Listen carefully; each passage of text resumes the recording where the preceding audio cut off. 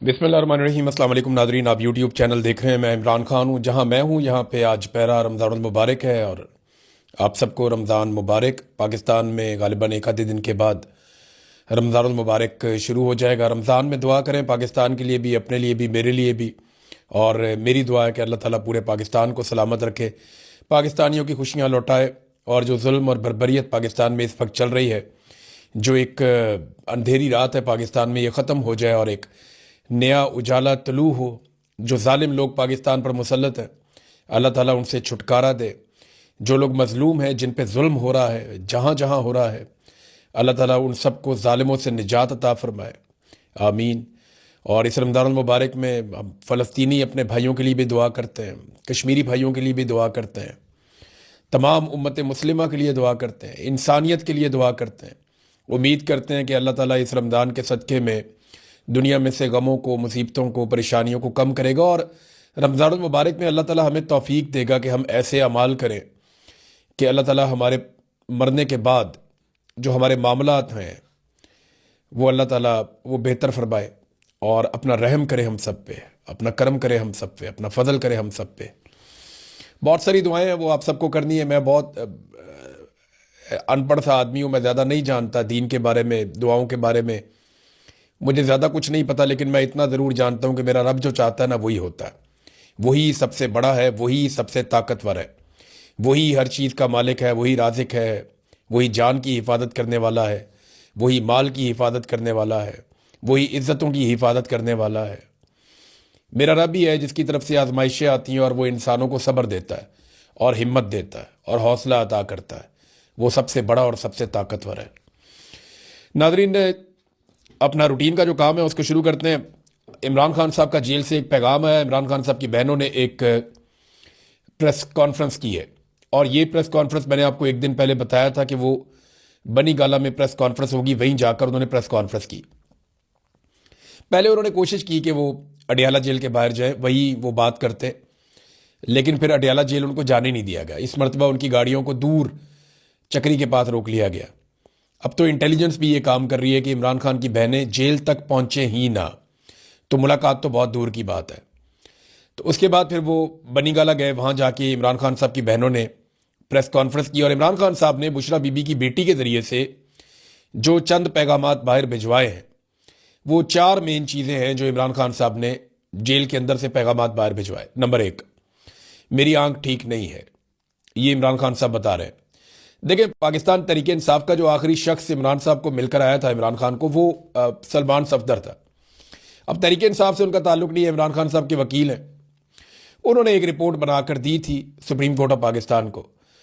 तो उन्होंने तो ये भी बताया कि इमरान खान ने उन्हें कहा कि मैं अगर इस आंख से देखूं तो मैं तुम्हें पहचान नहीं पा रहा, मुझे सिर्फ रोशनी महसूस हो रही है कि तुम यहां पे मौजूद हो सलमान। तो ये इमरान खान साहब की आंख की उस वक्त की हालत है, जब वो मिले थे वो तब बता रहे थे। अब ये एक हफ्ते के अंदर ऐसा क्या हो गया कि अब ये कह रहे हैं जी बिल्कुल ठीक है इमरान खान साहब की आंख। लेकिन जो लोग कह रहे हैं वो इमरान खान साहब के अपने डॉक्टर्स नहीं हैं, फैमिली नहीं है, और पाकिस्तान तहरीक इंसाफ या इमरान खान साहब की बहनें उन पर एतबार करने को तैयार नहीं है। तो बहनों ने क्या कहा, इमरान खान ने क्या कहा, मैं आपके सामने रखता हूं। इमरान खान साहब ने चार बातें कही। नंबर एक, मेरी आंख ठीक नहीं है। नंबर दो, मेरी बहनों से कहो कि मेरे लिए आवाज उठाएं। तो ये जो लोग कह रहे हैं इमरान खान की आंख ठीक हो गई है 95%, ये तो बात हो गई गलत। दूसरा, इमरान खान साहब ने पिछली मरतबा जब मैंने आपसे कहा था कि अपनी कौम के लिए कोई पैगाम नहीं भेजा, और इस मरतबा इमरान खान साहब ने अपनी पार्टी के लिए भी कोई पैगाम नहीं भेजा।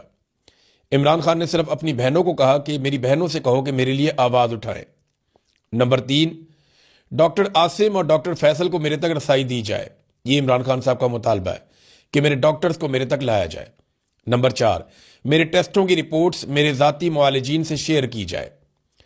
जो रिपोर्टें इमरान खान साहब के टेस्टों की हैं वो इमरान खान साहब कहते हैं उन्हें भी नहीं मिली, और वो चाहते हैं उनके डॉक्टरों को वो रिपोर्टें मिलें। लेकिन जो रिपोर्ट मंजर आम पे आई है वो नामुकम्मल है, उसके बारे में इमरान खान साहब की बहनों ने बहुत तनकीद की है। अब इमरान खान साहब की बहनों ने जो एक प्रेस कॉन्फ्रेंस की, उसमें जो बुनियादी चीज़ें हैं जो उनकी बातों से अखज़ की जा सकती हैं, वो मैं आपके सामने रख देता हूँ। उन्होंने बहुत सारी जज्बाती बातें भी की हैं। बहनें होने के नाते वो लाजमी बात है, वो बहनें वो अपने भाई के लिए किसी भी लेवल तक जाएंगी। उनका इकलौता भाई है, और भाई भी ऐसा जो पूरी दुनिया में उसके जैसे लोग बहुत कम हैं। वो लेजेंड है, दुनिया उसको मानती है। तो मुख्तसर जो खुलासा है इमरान खान साहब की बहनों ने जो बातचीत की, वो उसमें एक तो वो ये कह रहे हैं कि जी इमरान खान साहब का इलाज, उससे वो मुतमईन नहीं है, इमरान खान साहब का इलाज ठीक नहीं करवाया जा रहा। फिर एक बात यह है कि इमरान खान साहब की आंख और उनकी जान को खतरा है और नुकसान पहुंचाया जा रहा है, और उनकी फैमिली और ज़ाती मुआलिजीन की मुलाकात करवाने का कोई इरादा ऐसा लगता है कि हुकूमत का नहीं है, क्योंकि इनसे कुछ राजों से पर्दा उठ सकता है, उन्हें ऐसा लगता है। और ये इमरान खान को मारना चाहते हैं, ये भी बात इमरान खान साहब की बहनों ने कही। और पीटीआई लीडरशिप को ये मुसलसल ट्रैप कर रहे हैं, ये भी इमरान खान साहब की बहनों ने बात कही। अब क्या क्या बात कही ये मैं आपके सामने रखता हूँ। वो कहते हैं हम अडियाला जाना चाह रहे थे कि वहां पे हो जाएगा, लेकिन फिर हम नहीं जा पाए। हमारा दिल उस वक्त हिलकर रह गया था जब इमरान खान ने यह बताया कि मुझे 2 हफ्ते तक नजर नहीं आ रहा था, मैं जेल के सुप्रीडेंट को कहता रहा कि मेरा कुछ करो, उसने बात ही नहीं सुनी। हमें बताया जाए जेल के सुप्रिंटेंडेंट ने 2 हफ्ते तक इमरान खान साहब के बताने के बावजूद गौर क्यों नहीं किया। और इतने सारे कैमरे लगे हुए थे, क्या किसी ने नहीं देखा कि इमरान खान को नजर नहीं आ रहा? वो कौन था जिसने हुक्म दिया कि इमरान खान को तिब्बी इमदाद ना दी जाए? इमरान खान ने सलमान सफदर से कहा कि सलमान अकरम राजा से जाकर कहो कि वो इनके ऊपर क्रिमिनल नेग्लिजेंस का केस करें। आप अब हमें कहेंगे कि हम डॉक्टर्स की टीम जेल भेज दी है, इसे कबूल कर लें, इन डॉक्टर्स की जो रिपोर्ट है उसे कबूल कर लें। ऐसा नहीं होगा।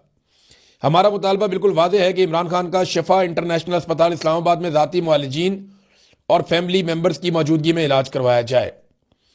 अलीमा खानम जो बैकडोर चैनल के ऊपर को थोड़ी बहुत बातचीत हो रही थी वो भी बताया। उन्होंने कहा जी दोपहर को मुझे एक पीटीआई रहनुमा की कॉल आती है, उसने मुझे कहा कि आप इजाज़त दें तो हम कासिम जमान को इमरान खान से मुलाकात के लिए भेज देते हैं। तो मैंने कहा कासिम जमान कौन सा डॉक्टर है? आप डॉक्टर आसिम यूसुफ को, डॉक्टर बरकी को भिजवा दें, या हमारी बहन जो है डॉक्टर उस्मा, उनका भी उन्होंने कहा था कि उनको भिजवा दें। तो हमें किसी भी फौजी पर, सरकारी या पुलिस वाले पर ट्रस्ट नहीं है।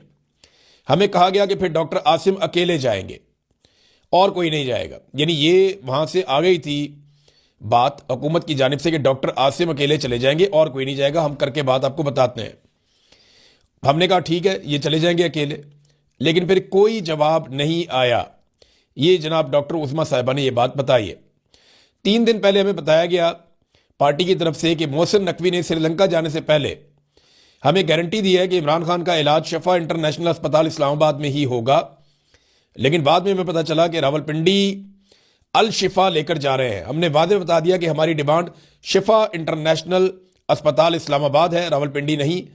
और इसके बाद राब्ते हमारे ख़त्म हो गए। इन्होंने हमारे साथ धोखा किया, इन्होंने ड्रामा किया। हमें शिफा इंटरनेशनल अस्पताल इस्लामाबाद ही लेकर जाएंगे ये कहा गया, लेकिन हकीकत में उन्होंने वही किया जो ये करना चाह रहे थे। डॉक्टर्स की टीम जेल भेजकर अपनी मर्जी की रिपोर्ट लेकर सुप्रीम कोर्ट में इन्होंने जमा करवा दी है। डॉक्टर उस्मा ने मेडिकल रिपोर्ट को, जो इमरान खान साहब की बहन है और एक कामयाब डॉक्टर है, उन्होंने रिपोर्ट को मुकम्मल तौर पर मुस्तरद कर दिया। उन्होंने कहा जो रिपोर्ट जारी की गई है वो रिपोर्ट मजाक है। डॉक्टर्स ऐसी मेडिकल रिपोर्ट पर दस्तखत करके अपनी क्रेडिबिलिटी कैसे मुतासिर कर सकते हैं? इसी रिपोर्ट में कैसी रिपोर्ट है? इसमें यह बताया नहीं गया कि डॉक्टर ने कौन सी बीमारी दरियाफ्त की है और वो बीमारी किस वजह से लाहक है। ये जालिम लोग हैं, ये मुजरिम लोग हैं, उन्होंने जुर्म किया है। इनकी जुर्रत कैसे हुई इमरान खान को पिम्स लेकर जाने की? उन्होंने सिस्टमेटिकली हमारी मुलाकातें ख़त्म की हैं। हमसे गलती हुई है, हमें बहुत पहले ही अडियाला के बाहर गैर मुअय्यना मुद्दत के लिए धरना दे देना चाहिए था। यकीन जाने ये मजाक नहीं है। मुझे इमरान खान ने खुद बताया कि ये मुझे मार देंगे, और ये 2 दिसंबर 2025 को इमरान खान ने अपनी बहन को बताया था, उज़्मा खानम को, कि ये मुझे मार देंगे। अब नाज़रीन ये सूरत हाल है। इमरान खान साहब के लिए पूरी दुनिया से आवाज़ें उठ रही हैं। आलमी सतह पे भी 14 कप्तानों ने एक ख़त भी लिखा वज़ीर आज़म को। पाकिस्तान के 21 कप्तान गुजरे हैं जो अभी जिंदा हैं। पाकिस्तान क्रिकेट टीम के 21 ऐसे कैप्टन हैं साबिक जो अभी जिंदा हैं, उन्होंने तो कोई ख़त नहीं लिखा। और जो आलमी सतह पे कप्तानों ने ख़त लिखा उनमें भी पाकिस्तानी किसी कप्तान का सिग्नेचर नहीं है। वसीम अकरम, इंज़माम उल हक, बाकी जो कैप्टन हैं, जावेद मियादाद, बाकी लोग सारे, यूनुस खान, इन ये सब उसके ऊपर साइन कर सकते थे, इन्हें साइन करना चाहिए था, लेकिन इनमें से किसी भी कप्तान ने इसके ऊपर दस्तखत नहीं किया। पाकिस्तान में बहुत खौफ है, और ये क्रिकेट बोर्ड के अंदर सारे खिलाड़ी अपना अपना कोई ना कोई खांचा लगाने के चक्कर में रहते हैं। कोई कमेंट्री के चक्कर में, कोई किसी और चक्कर में, कोई किसी ग्राउंड के ऊपर कब्जा करके बैठा हुआ है, कोई जो है वो किसी और गेम में पड़ा हुआ है, किसी ने एकेडमी खोली हुई है उसके ऊपर कंट्रोल है, कोई जो है वो पीएसएल के अंदर अपना कंट्रोल चाहता है कि वहां पे कोई इसका दाल दलिया चलता रहे। तो ये सारा कुछ जो है वो इस तरह चल रहा है। अब नाज़रीन, इमरान खान साहब की बहनों की ये जो बातचीत आई है ना सामने, इसके बाद काफ़ी मामला गंभीर हो गया है। देखिए, एक चीज़ आप जहन में रखें कि मोहसिन नकवी हो, पाकिस्तान तहरीक इंसाफ की लीडरशिप हो, अली अमीन गंडापुर हो, शेर अफजल मरवत हो या मौजूदा हुक्मरान जमात हो, ये सारे लोग जो हैं वो इमरान खान साहब की बहनों के ऊपर बारी बारी एतराज़ात कर चुके हैं।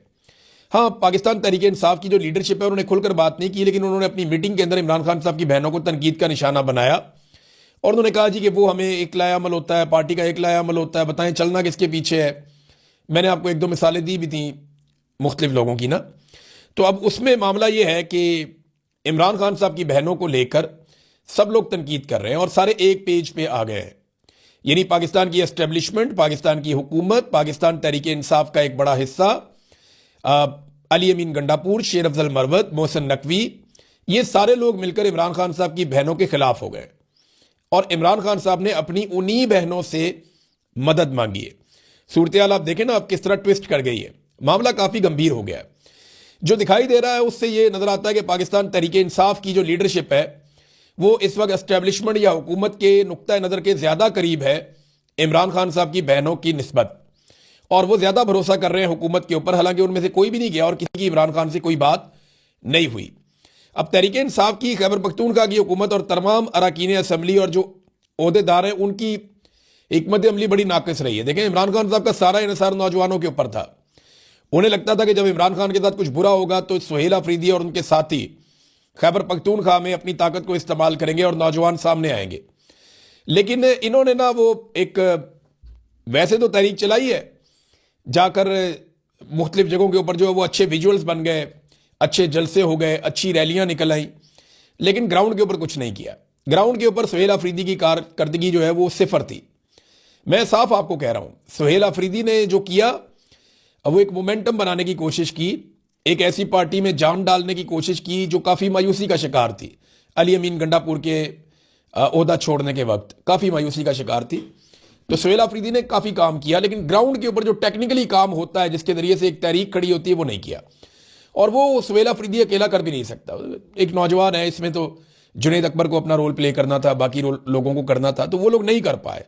अब इस वक्त जितने भी पार्लियामेंटेरियंस हैं या अहम लोग हैं वो इस्लामाबाद रेड जोन की 3 इमारतों के अंदर अपने आप को उन्होंने महसूर कर लिया, बजाय इसके कि वो पब्लिक में जाते हैं। अवाम को उन्होंने अकेला छोड़ दिया और अवाम को कहा तुम निकलो और निकल के जो मर्जी कर दो मुल्क के अंदर। ऐसा थोड़ी होता है। पाकिस्तान तहरीक इंसाफ की बहुत मकबूलियत है, लेकिन ये हर मरतबा किसी ना किसी मोजज़े की तलाश में रहते हैं पाकिस्तान तहरीक इंसाफ वाले। ये कहते हैं इन्हें कुछ ना करना पड़े, अवाम खुद ही कर दे।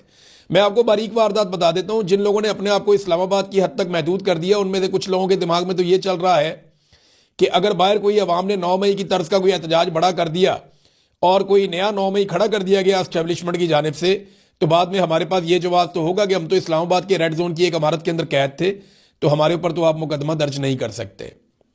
यानी आप अंदाजा करें कि सब अपनी अपनी खाल बचा रहे हैं, जबकि इमरान खान साहब की तवज्जो भी अब उनकी पार्टी से ज़्यादा उनकी फैमिली की तरफ आ गई है। देखें ना, गंडापुर साहब ने बड़ा खुलकर कह दिया एक टीवी शो के अंदर बैठकर। उन्होंने कहा जी कि मैंने इमरान खान साहब की बहनों के आगे हाथ जोड़े थे कि इमरान खान को बाहर आने दें ले और अपने इख्तलाफात जो है वो आपस के ख़त्म करें। अब ये इमरान खान साहब की बहनों के ऊपर गंडापुर साहब भी डाल रहे हैं कि उनकी बहनों की वजह से इमरान खान साहब बाहर नहीं आ पाए। और गंडापुर ने और भी बहुत सारी बातें की। उन्होंने कहा डी चौक में 15 बंदे नहीं पहुंचे।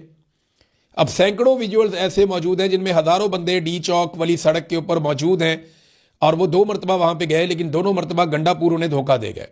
पहली मरतबा गंडापुर आराम फरमाने के लिए चले गए केपी हाउस में, और वहां से एक पुलिस वाले के डर से वो छुप गए। सारी रात वो छुपे रहे, बारिश में भीगते रहे। उसके बाद वो कहते हैं जी पहाड़ियाँ उन्होंने क्रॉस की, पता नहीं कितने पहाड़ क्रॉस करके, कितने ज़िले क्रॉस करके, वो कहते हैं मैं पैदल ही पहुँच गया। अब ये तो जनाब गंडापुर साहब की कहानी है। ये वज़ीर आला है, मारा मारा फिरता रहा वो, तो ये कहानी तो किसी ने खरीदी नहीं। दूसरी मरतबा गंडापुर साहब वहाँ पे निहत्ते लोगों को लेकर गए, ये कहकर के सबसे पहले गोली मैं खाऊंगा। निहत्ते लोगों को डी चौक में छोड़ दिया, उनको गोलियां लगती नहीं। इन्होंने कहा 15 बंदे नहीं थे भाई, 15 बंदे तो शहीद हो गए थे सिर्फ, और तकरीबन कोई 100 के करीब बंदा जो है वो दर्जनों बंदे जख्मी हो गए थे। बहुत सारे बंदे लापता हो गए थे। तो आप ये कैसे कह सकते हैं कि 15 बंदे भी नहीं थे? तो लोगों को लेकर गए गोली खाने के लिए कि सबसे पहले गोली मैं खाऊंगा, और गोली चली तो खुद ये वहां से निकल गए, वहां पे निहत्थे लोगों को छोड़ दिया, लोग वहां पे शहीद हो गए। तो ये तो गंडापुर साहब ने किया था। अब गंडापुर साहब भी इमरान खान साहब की बहनों को रुकावट करार दे दिया उन्होंने इमरान खान साहब की रिहाई के रस्ते में, और उन्होंने कहा कि मैंने बहनों के सामने हाथ जोड़कर कहा कि लीडर को बाहर आने दे, बल्कि यहां तक कह दिया कि अलीमा खान को पार्टी का चेयरमैन ही बना दे आप। यानी इस लेवल तक गंडापुर साहब तनकीद लेकर चले गए। तो अब सारा जो तवज्जो है और सारी जो तनकीद है वो इमरान खान साहब की बहनों के ऊपर हो रही। तो पाकिस्तान तहरीक इंसाफ क्या करेगी, अवाम क्या करेगी? देखिए, मुझे ऐसा लगता है कि पाकिस्तान तहरीक इंसाफ ने जिस तरीके से इस सारे मामले को हैंडल किया है वो बहुत बुरी तरह अपनी क्रेडिबिलिटी फारग कर चुके हैं। अब लोग लीडरशिप की तरफ नहीं देखेंगे, अब लोग इमरान खान की फैमिली की तरफ देखेंगे, क्योंकि आखिरी पैगाम में इमरान खान ने अपनी बहनों को कहा है कि मुझे बाहर निकालने के लिए या वो मेरे लिए जो है ना वो आवाज़ उठाएं और जिद्दोजहद करें। अब ये कन्फ्यूजन एक बहुत बड़ी पैदा हो गई है। इसमें जो नौजवान लीडरशिप है पाकिस्तान तहरीक इंसाफ की, चंद नए लोग सामने आए जिन्होंने किसी की बात नहीं मानी, जिन्होंने इसके बावजूद कि लीडरशिप जो है वो बहुत कमज़ोर रोल प्ले कर रही थी, इसके बावजूद उन लोगों ने सड़कों के ऊपर आकर एहतजाज का सिलसिला शुरू किया। अब वो लोग तो ऑटोमेटिकली इमरान खान की बहनों के साथ जुड़ जाएंगे। जो बाकी लीडरशिप है वो ये फैसला करे कि वो इमरान खान साहब की मकबूलियत की बेनिफिशरी ही रहना चाहती है या इमरान खान साहब को बाहर निकालने के लिए किसी अमली जद्दोजहद का हिस्सा भी बनना चाहती है, क्योंकि इसमें रिस्क है, इसमें जेल भी जाना पड़ेगा, इसमें मार भी खानी पड़ेगी, इसमें तकलीफ भी उठानी पड़ेगी, इसमें कारोबार की बंदिश भी होगी, इसके अंदर अपनी सीट नशिस्त यानी जाने का खतरा भी है। तो ये खतरात तो इन्हें उठाने पड़ेंगे, इससे पहले भी बहुत सारे लोगों ने उठाए हैं। तो ये बगैर इससे लड़े इस निज़ाम से आप इसमें फतह हासिल नहीं कर सकते, ये मुमकिन नहीं है। हुक्मरान कह रहे हैं कि इमरान खान साहब को अस्पताल नहीं लेकर जाएंगे, राना सनाउल्लाह ने इसका स्टेटमेंट भी दे दिया, लेकिन मैं आपको ये बता देता हूं जिम्मेदारी के साथ कि नेक्स्ट इंजेक्शन लगाने के लिए इमरान खान को अस्पताल तो ले जाना पड़ेगा। देखिए, इमरान खान साहब की बहनें यहां तक कह रही हैं कि उसको ऐसा क्या दिया गया और हमसे क्या छुपाया जा रहा है, ये क्यों हमें नहीं मिलने दे रहे या किसी डॉक्टर को नहीं मिलने दे रहे, ये क्यों हमें इमरान खान साहब के टेस्ट नहीं करवाने दे रहे। ले जाना तो पड़ेगा इन्हें, क्योंकि दूसरा इंजेक्शन इमरान खान साहब की आंख में लगाना है। पहले इंजेक्शन के बाद एकदम इतनी बड़ी तब्दीली, ये भी कोई, दोनों रिपोर्टों में से एक रिपोर्ट गलत है। या तो पहले वाली जो पिम्स वाली रिपोर्ट गलत है, या दूसरी वाली जो ये रिपोर्ट इन्होंने अब बनाई है, यहां पे जो डॉक्टर्स गए थे, ये रिपोर्ट गलत है। इतना बड़ा फर्क तो पड़ ही नहीं सकता। जितने भी माहिरीन हैं वो सारे के सारे यही कह रहे हैं। और एक और खबर मैं आपको जाते जाते दे दूं, ये खबरें भी अब इस्लामाबाद में मुख्तलिफ हलकों में फैल भी रही हैं और फैलाई भी जा रही हैं।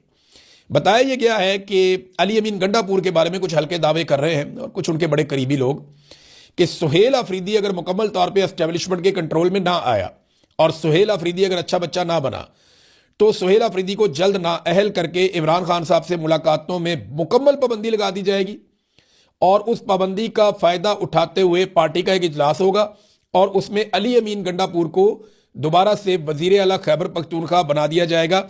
इस किस्म की प्लानिंग पाकिस्तान की एस्टेब्लिशमेंट कर रही है। तो क्या गंडापुर को दोबारा वजीर आला बनाया जा सकता है खैबर पख्तूनख्वा का?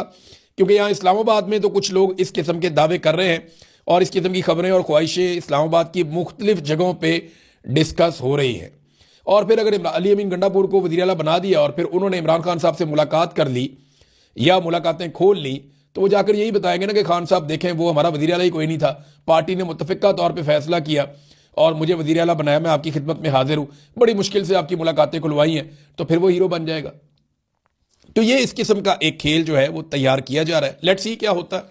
मैंने जो इन्फॉर्मेशन थी वो आपके साथ शेयर कर दी। अब तक के लिए इतना ही। अपना ख्याल रखिएगा, अपने इस चैनल का भी। अल्लाह हाफिज़।